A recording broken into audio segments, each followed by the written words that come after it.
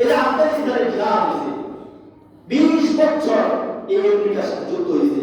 আমার কাছে একটা বই আছে ডক্টর শহীদ আব্দুল্লাহ আজম রাহিমাহুল্লাহ, যে আফগানিস্তানের জিহাদের সূচনাকারী, যাকে বলা হয় বর্তমান জমানার সর্বশ্রেষ্ঠ মুজাহিদ আব্দুল্লাহ আজম রাহিমাহুল্লাহ।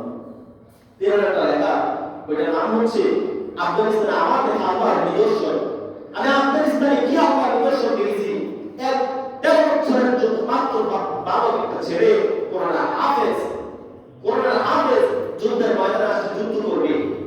সে রাস্তা দিয়ে আস্তে আস্তে সে ভুলে রাস্তা আটকাতে সে এই কাফেরদের ট্যাঙ্কের দিকে চলে গেছে। কাফের দেখে তো তার দিকে গুলি তাক করছে।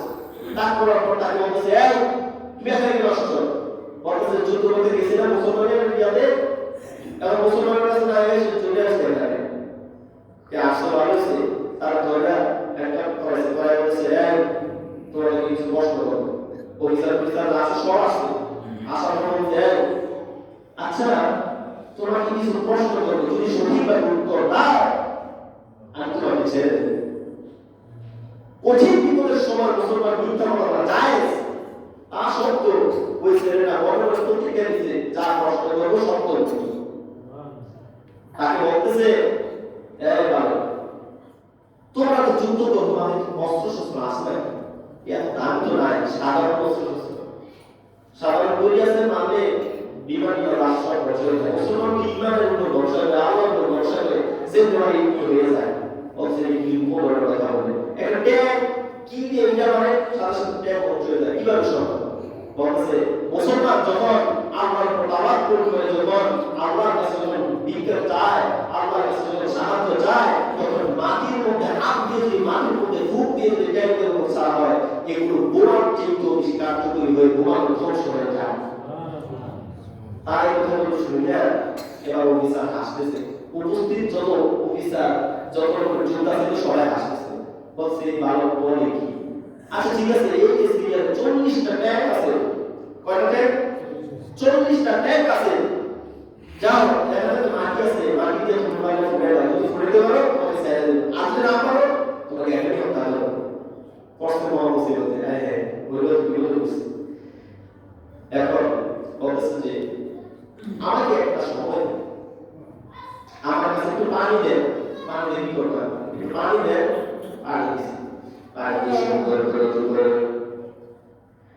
আল্লাহর কদমে সাজদায় চলে যায়। সাজদার মধ্যে হাওমাও করে কাঁদা শুরু করে দিল।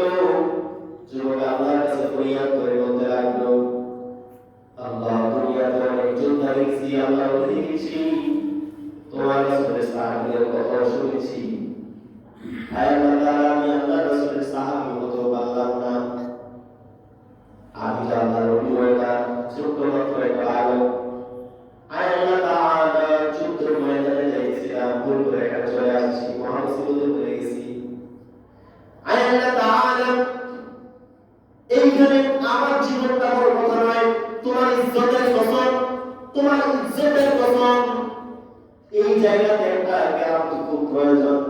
হায় আল্লাহ তাআলা তুমি তো সব কিছু পারো, মাটির মধ্যে হাত দিয়ে যদি আমি ওই ট্যাঙ্কগুলোর উপরে ফেলাই, ওই ট্যাঙ্কগুলো একটা একটা করে তুমি ধ্বংস করে দিও।